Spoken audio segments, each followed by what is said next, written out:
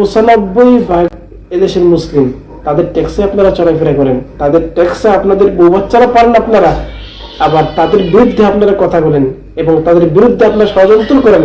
আপনারা কত বড় নাফরমান, প্রশাসন কত বড় নাফরমান, কত বড় এরা হারামি, খায় দেশের জনগণের টাকায়, চলে দেশের জনগণের টাকায় না, আর দালালি করে উপরের তো উপরে আপনারা চলে যান। এদেশে আছেন কেন আপনারা?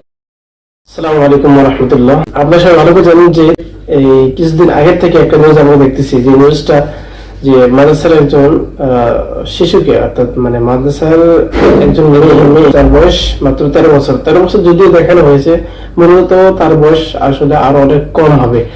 যাই হোক, তো বিষয়টা নিয়ে আমরা আলোচনা করেছি এবং বিভিন্ন জায়গায় আলোচনা করা হইতেছে। আপনারা ভালো করে দেখেছেন যে এই বিষয়টাকে ধামাচাপা দেওয়ার চেষ্টা করা হইতেছে। এই বিষয়টাকে কেন ধামাচাপা দেওয়ার চেষ্টা করা হইতেছে? বাংলাদেশ পুলিশ ভেরিফাই পেজ থেকে একটা মিথ্যাচার করা হয়েছে, কঠিন ভাবে একটা মিথ্যাচার করা হয়েছে। তারা সেখানে উল্লেখ করেছে যে দোষ নাকি মেয়ে এবং মেয়ের পরিবারের।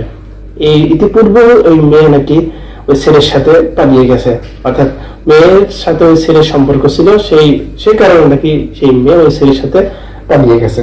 পালিয়ে যাওয়ার পর ইতিপূর্বে নাকি আর 3বার গেছে। তো তারা এটা বলতে চাইতেছে যে ইতিপূর্বেও যেহেতু তারা আরো 3বার পালিয়ে গেছে এবং ওই মেয়ের সাথে ছেলের সম্পর্ক ছিল, তো এটা স্বাভাবিক একটা বিষয়, দোষটা তাদের পরিবার এবং মেয়ের, মানে তারা এটা বোঝাতে চাইতেছে।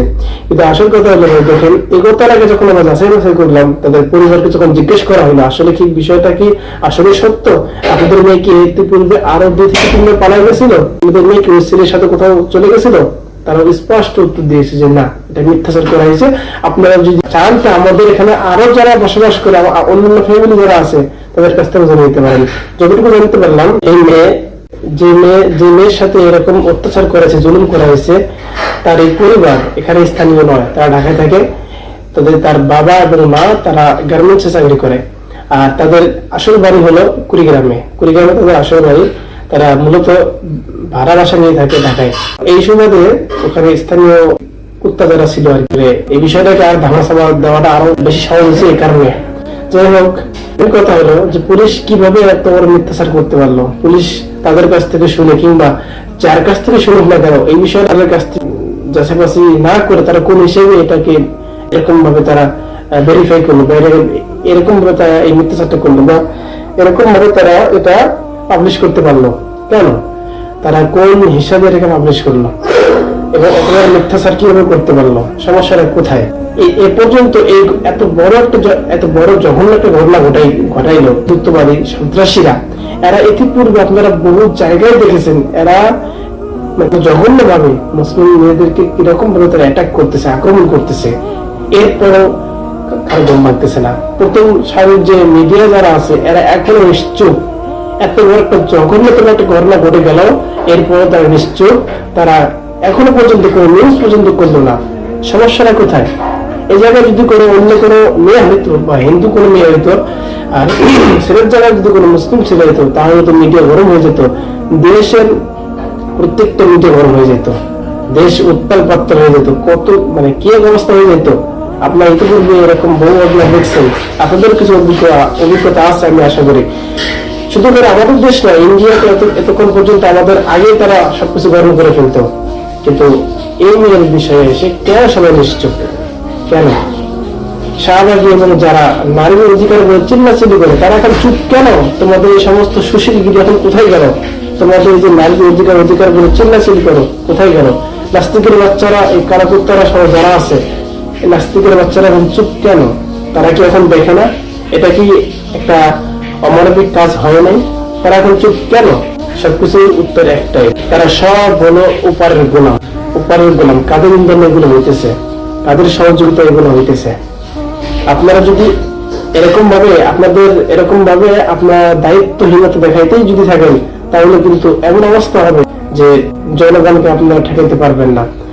আপনারা যদি জনগণকে যদি আপনারা শান্ত করতে না পারেন, এরকম সঠিক বিচার, ন্যায় বিচার যদি জনগণের বিচার যদি জনগণকে বোঝায় না দেন, মাজলুমের বিচার যদি মাজলুমকে বোঝায় না দেন, তাহলে কিন্তু এমন অবস্থা হবে, তখন কিন্তু সামাল দিতে পারবেন না। আচ্ছা, আপনারা নিজেরাও বিচার করবেন না, জনগণ যদি কারো বিচার করে, এটাই আপনাদের কাছে আবার দোষ হয়ে যায়। জনগণ যাবে কোথায়? আপনারা খান জনগণের, পরেন জনগণের।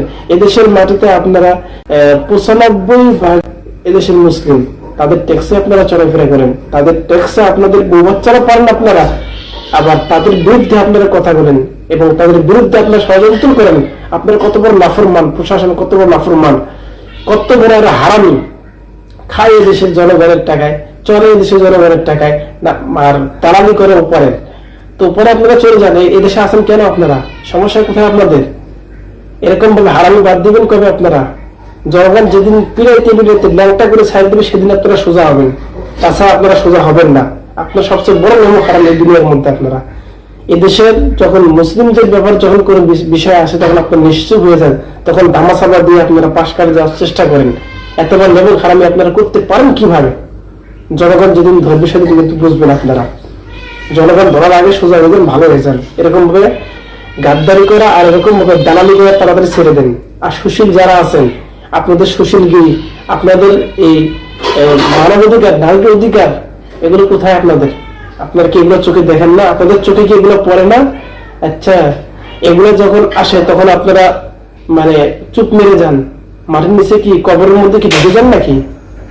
এই জায়গায় যদি অন্য কোনো স্বাভাবিক কোনো মেয়ে যদি হইতো, এত করে সব গরম করে ফেলতেন। সমস্যা কোথায়? মুসলিমদের বিষয়ে আসলে, কোনো মুসলিম মেয়ের বিষয়ে আসলে আপনারা এরকম এমন হয়ে যান কেন? সমস্যা দোষ কি এটাই যে আমরা মুসলিম?